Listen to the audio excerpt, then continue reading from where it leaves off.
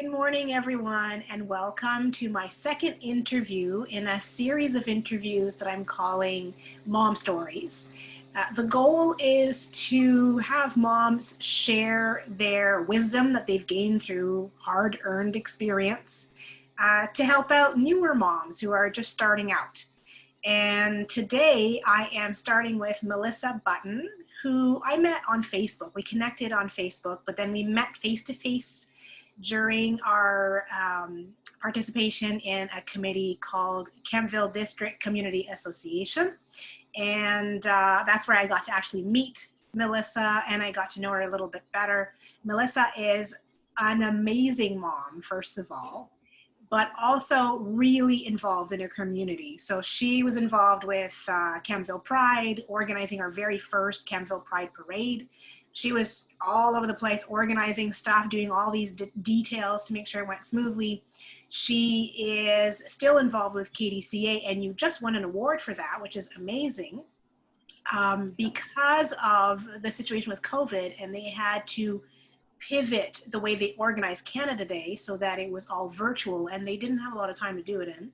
And they did an amazing job. So fantastic. Congratulations on that. And then recently, I should be surprised, but I wasn't, Melissa put her life at risk to save a group of Girl Guides. She's a Girl Guide leader. And she actually put herself at risk so that they wouldn't get hit by a car. And I had to read it twice. And then I thought, it's Melissa Button. I mean, am I surprised? No, I'm not surprised at all. Not at all. So just so you know, this is an amazing woman, very special woman. And today she's here to talk about her experience of motherhood. She has two daughters, one who is wanting to be the next prime minister. And I have no doubt that she will. She is so focused and so passionate. So I have no doubt that someday I'll look her up and be like, oh my gosh, I know who that is. And then another daughter who's super spunky and cute and full of energy, and but has had a lot of challenges health-wise along the way. And so before I continue, welcome, Melissa. Thank you very much. That was a lovely introduction. Thank you. I appreciate you being here this morning. I know you had a chicken emergency last night. Yes, indeed. Yeah. Today. Oh, yes, they did. They ran away, and they're my rebel teenagers. I don't. Yes. Yeah, it's a mess. So today anyways, they're back, sort of. Yes, that's good. I saw that on Facebook that they came back. So today we're going to talk about FPIES. Can you say what that stands for? What does it stand for? So FPIES stands for food protein induced enterocolitis. So a very long word.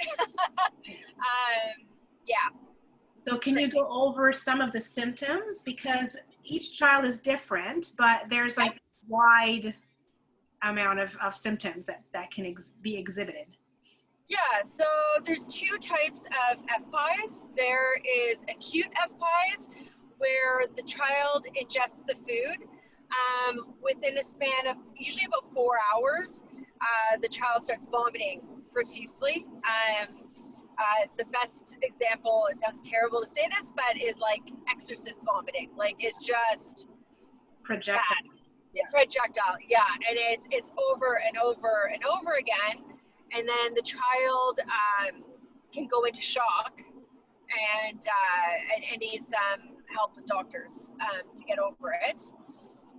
The second one is something called chronic FPIES, where the child ingest the food, they don't vomit, and then the food essentially sits there and starts breaking away and attacking their system. So in Penelope's case, she's been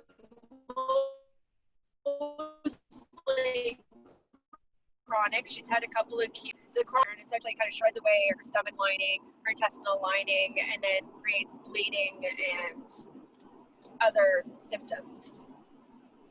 Yeah. So I'm just thinking as a parent, when I was reading these symptoms, it was talking about like their body temperature can just skyrocket Yep. and they become lethargic.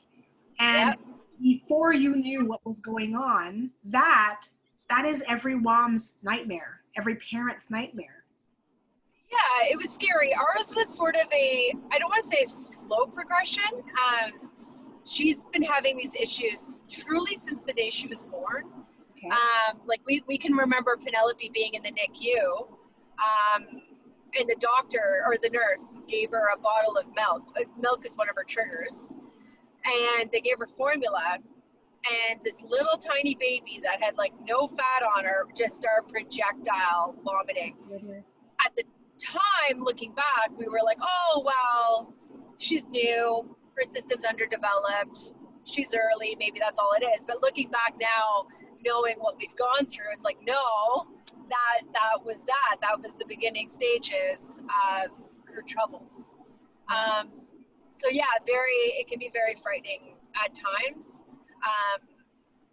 Now I feel like we're almost kind of used to it, as terrible as that sounds, but like when it happens, we just kind of go into the mode of, okay, this is what we need to do. And Right. but yeah, it's been a long haul the past 5 years. Yeah, so how old was she when she was actually diagnosed? Oh goodness, that took a long time. Penelope was what, 2.5, 3?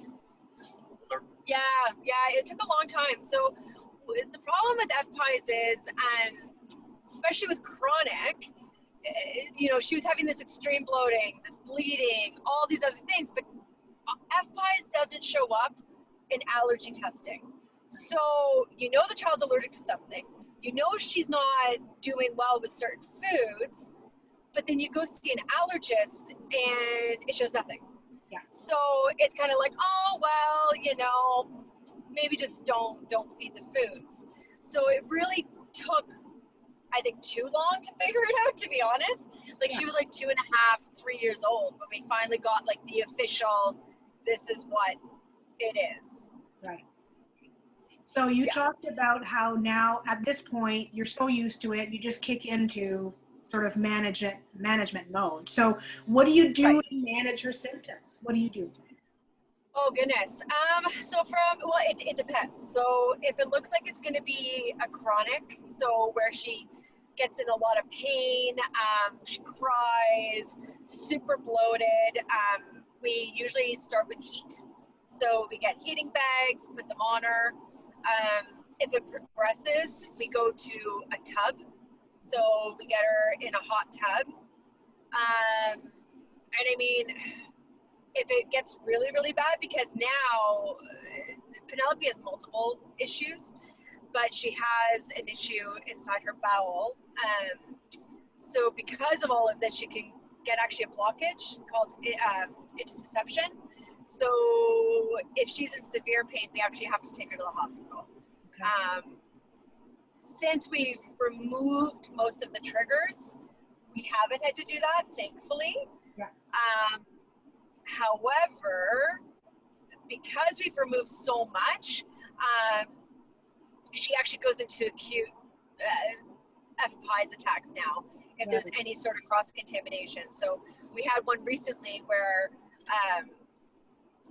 just once again, you're tired, right? You're just not thinking, but we used the same griddle to cook bacon, of all things. We didn't see anything on the griddle, so I didn't even think. And there was a slight cross-contamination with gluten, with wheat.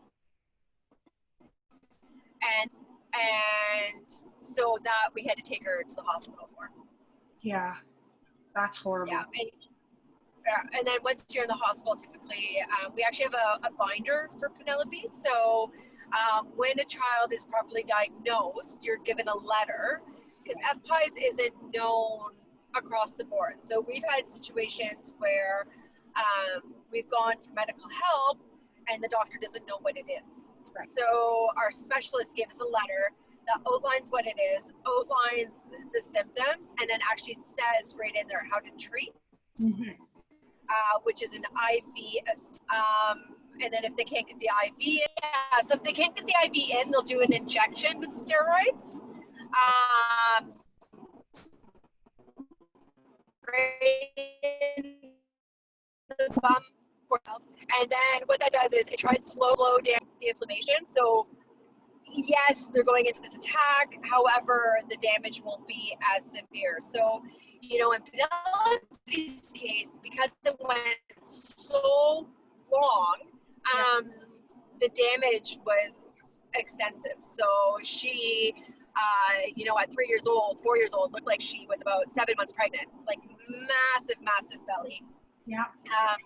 And when she would go to the bathroom, it would instantly burn her. So just imagine, like, you're cleaning it right away, like immediately, but it already takes that first layer of skin off. So each time it happens, it takes more skin off, creates blistering, creates a burn. And yeah, it can be very, very painful. And then mixed in with that, for Penelope at least, it was like, sorry, gross, but like coffee grinds. You know, they always say, watch when a child vomits coffee grinds. Well, the same goes for if they have a bowel movement that looks like coffee grinds, because that means that they are bleeding somewhere. And that's what was happening with her. Yeah. Yeah, I remember before the diagnosis, like just all of the posts about you going to CHIO and then going to this specialist and that specialist. It was such a long journey for you to get to the diagnosis. It was, yeah. Go ahead. No, yeah, it was awful. It was awful. We, I remember because FPIES is hard, right? So typically GI doesn't like to take on FPIES because their solution is, well, just don't feed the child the food, yeah. Which, fair, but we always knew something else was going on. Like, she was so sick, yeah. So sick, and we couldn't figure out why. She has a great pediatrician that fought for her.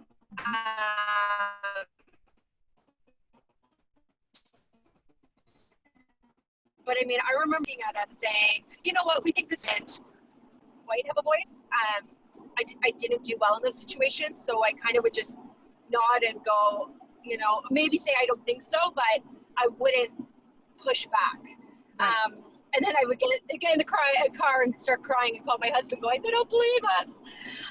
Or, you know, I remember many times calling my husband going, we're not crazy, right? Like, there's something going on. And he would go, no, oh my God, like, we're not sleeping. Like, she's sick as a dog. Of course we're not crazy. Yeah, it was a journey. It was a long journey, but we're very blessed that we have probably one of the best medical teams now with us. Yes. She is with GI now at CHIO with a phenomenal doctor, and then her pediatrician's in Brockville, and now sadly it took her getting very sick and hospitalized for that, but you know what, all things happen for a reason. So right. Yeah. And she's growing now, because I know for the longest time, part of that is that there was growth, and she was just this tiny little beautiful child, and now she's growing. Yeah, so I mean, at 1 year old, she was 17 pounds, so very, very tiny. Mm-hmm. Up until when she hit her, oh my goodness, just under her 5th birthday, she was only 30 pounds. So extremely small. I think for her height, she's in like the 3rd percentile, like very teeny tiny. Yeah. But her body wasn't retaining anything. And the thing about her diet is there's so little she can eat. Like, when people talk about, you know, oh, well, you know, nuts and stuff like that, like, which is awful, don't get me wrong. They're like, well, you know, your child must be able to have, I'm like, no, she can't have anything. Like, her list is extensive. Yeah. So we really have to be careful and do, I hate to say higher fat, but healthy fat, because any of the unhealthy fat she can't have. Like, she can't have dairy, eggs, legumes, barley, wheat, nuts, corn, soy, fish. I feel like I'm missing some. Like, gluten.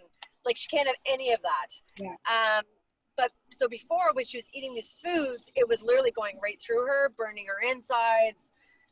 She wasn't retaining anything. So in last February, it came to a head, unfortunately. She had quite a bit of bleeding, a lot of bleeding.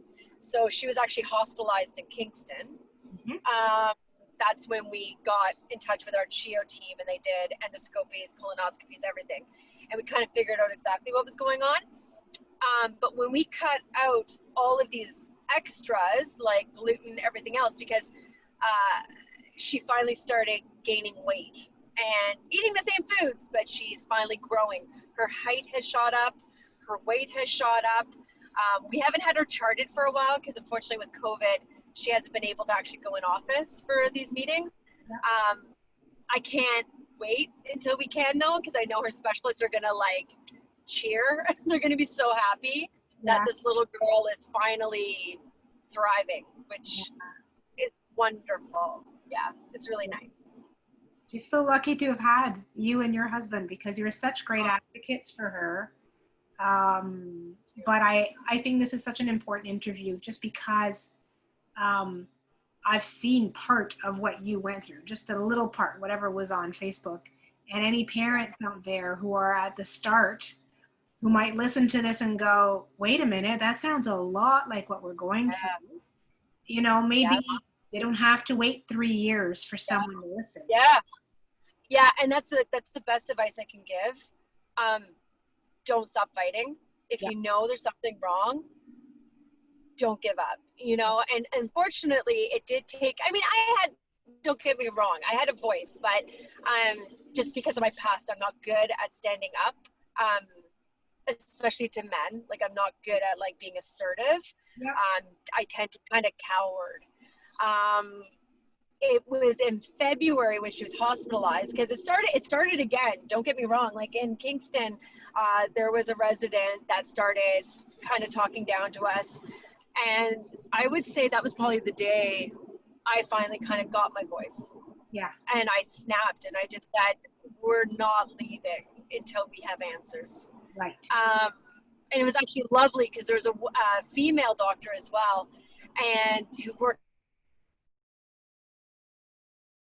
under him, and she is adamant, like, I will handcuff myself to this damn hospital bed, like I'm not leaving until we get an answer.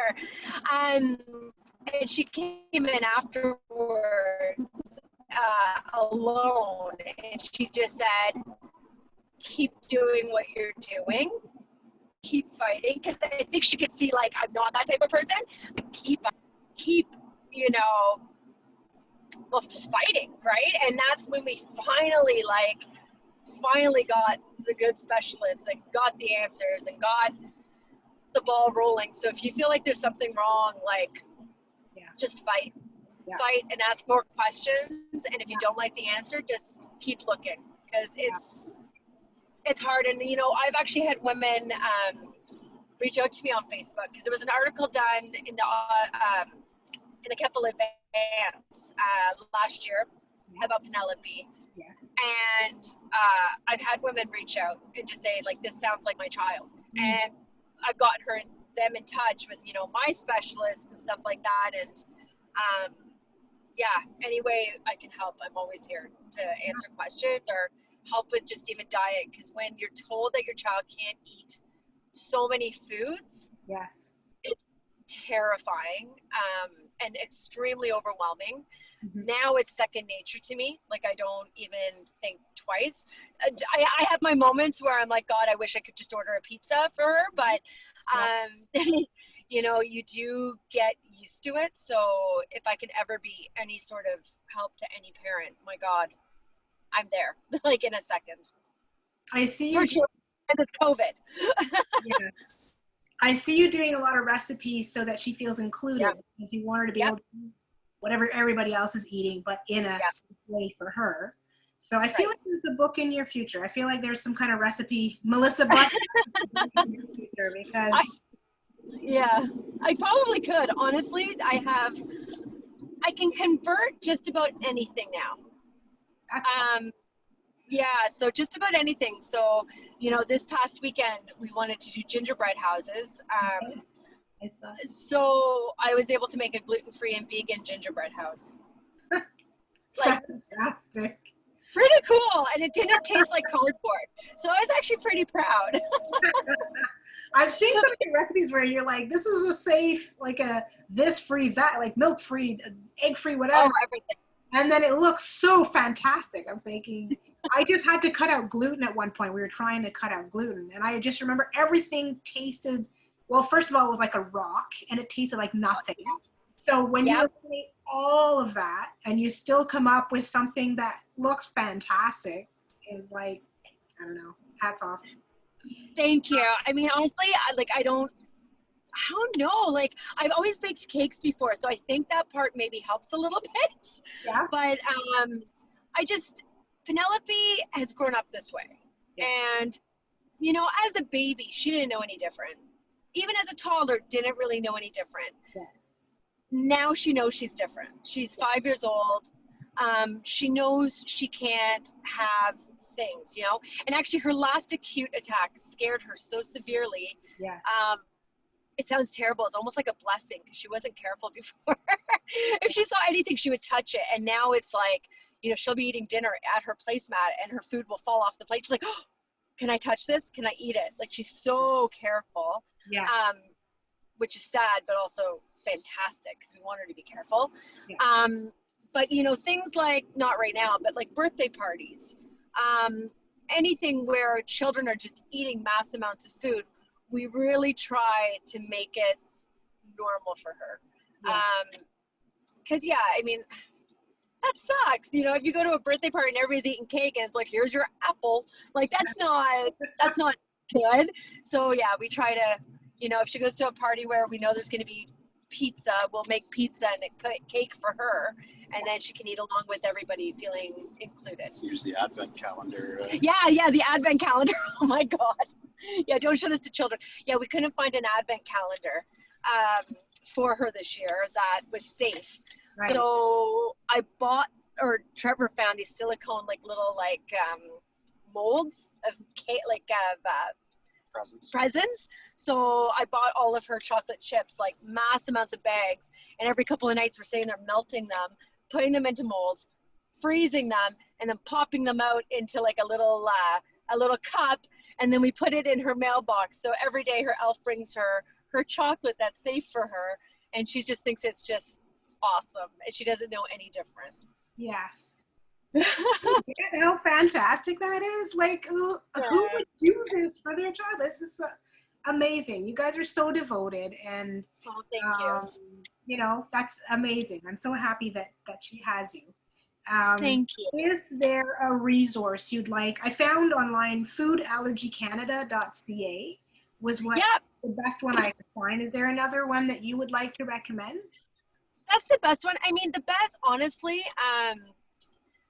it's kind of like a rabbit hole when you start looking this up, and it can get extremely overwhelming. Yes. You can also get a lot of wrong information where you're cutting things out of diets that doesn't have to be cut.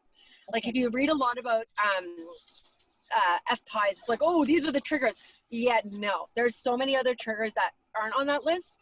So honestly, the best thing you can do is, the food allergy is awesome, but talk to your doctor and get a referral to a pediatrician. Because am I allowed to give names or no? Yeah, I think you should. Okay. Like the best FPIES doctor we found, she's out of Brockville, is Dr. Karolina Burghardt.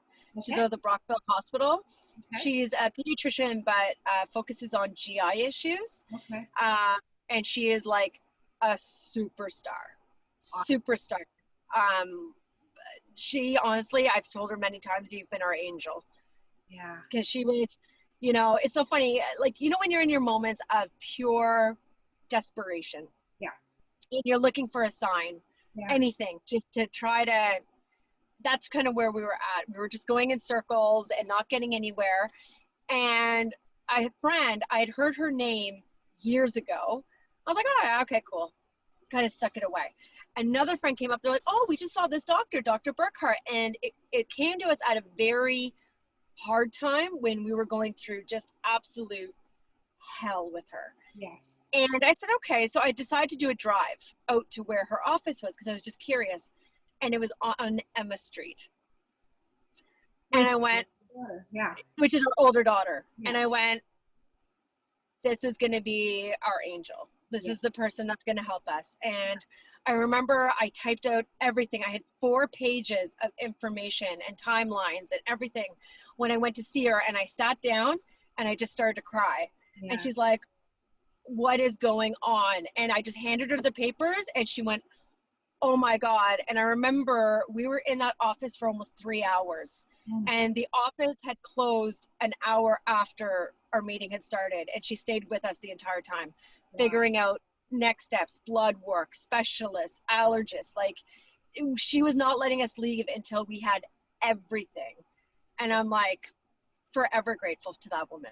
Yeah. Forever You didn't have to handcuff yourself or anything. No, she's been like our fighter. And, you know, even in February when Penelope started to bleed, and she was bleeding, she's bleeding rectally, but the only thing I can compare it to is she was screaming in pain, and we pulled down her pants, and it was as if a child had her period. Like, she was just bleeding. Yeah. We raced her to Brockville, and the whole way there, I just kept going like, God, I pray her doctor's there. And Dr. Burghardt was on call.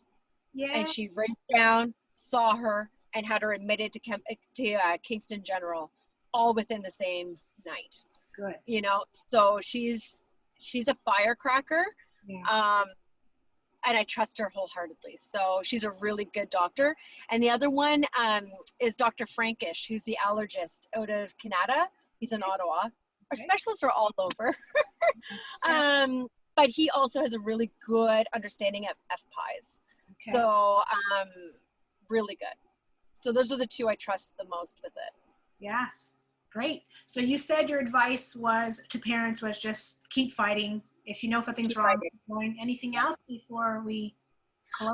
Keep a log. Keep a food log.